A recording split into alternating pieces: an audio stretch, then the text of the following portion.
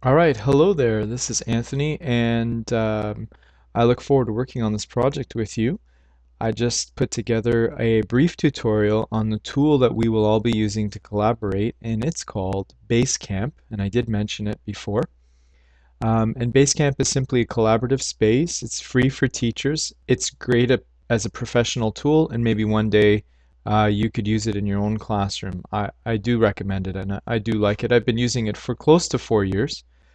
And as you can see, I use a password manager. This is just a bit of information if you're interested. I've been testing a password manager called LastPass for about 3 years now. It's excellent. So it encrypts all my passwords.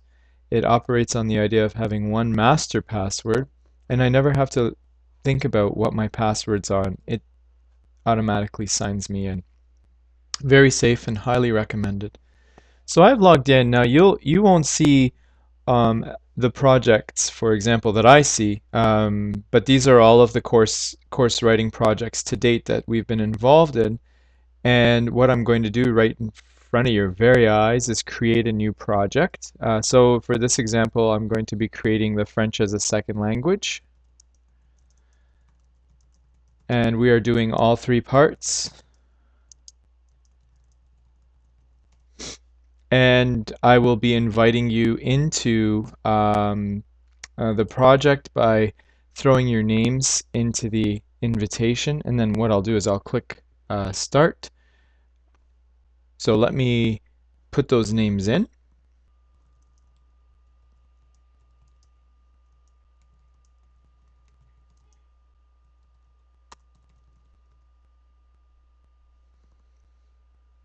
And since I've included a welcome message, now I can start the project.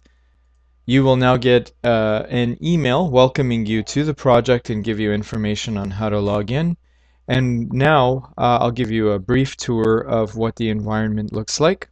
Much like all Web 2.0 tools, every website now is organized so that you have links across the top and down the side. This particular website has the links across the top. So in your case, you may see projects, calendar, everything is basically everything, progress, and then everyone involved in the project, and then your own profile. You can do whatever you like. You can add your photo. It makes it much more personal when we're working together. There's some great tools, like for example, the catch up tool, which allows you to catch up on recent messages. And then just below that, you have the discussion tools. You can create your own to-do list. Um, you can add files, text documents, and even events. It's such a powerful tool because it's very simple. So for example, what I would do is when I click on the discussion, it introduces you to a very common tool used across the web and used in D2L and Blackboard and Moodle and any website. It's called the editor, the online editor. And so this is simply just following the steps. So type the subject of the message. So I would say welcome and spell it correctly. I'm sorry, this was only going to be in English, although I could practice my French with this group and I'm sure they would keep me hopping. And now I would write my message, and just below I could select the files from my computer or Google Docs. It has Google integration, so if I click on my Google Docs, for example, it may ask me to connect my Google account, which I'd be happy to do. So in this case, I would connect the correct one and allow access. Okay. So when you're done adding files, so I'll just add any file right now.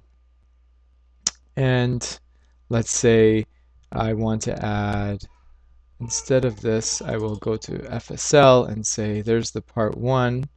This is the old guideline. I will be removing it, but I just want to show you what it looks like. And at the bottom here, it has an option. Say, when I post this message, email to all 4 people. Let me choose who should get the email, or don't email anyone. I recommend posting everything to everyone, and manage your own consumption. You don't always have to be online, and you're not expected to always reply to others. However, if one of you feels the urge to constantly populate the project site, then you should feel free to do so. but there should never be any pressure for the rest of the group to engage and interact. You do that on your own accord because we're all professionals here. When I'm done, I would click post this message. So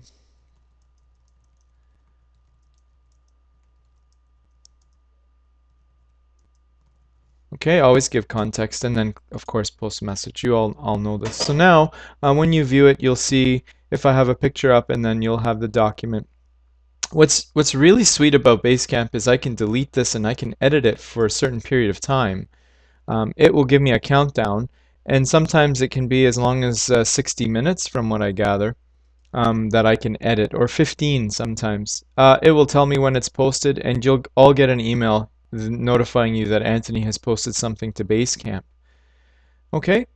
Um, it's very simple. It's a great tool to communicate. Please don't communicate to me via email. From this point moving forward, we are going to commence communication, all communication through Basecamp. If it's a private matter, then of course it would, and it's inappropriate to be on the community, then just email me directly, and that'd be great.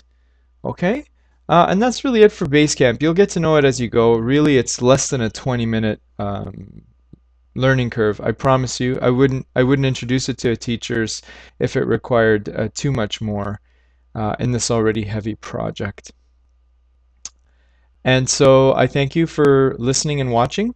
Be on the lookout for the first official post. It will give you timelines and startup information. Again, thank you very much, and we'll talk soon.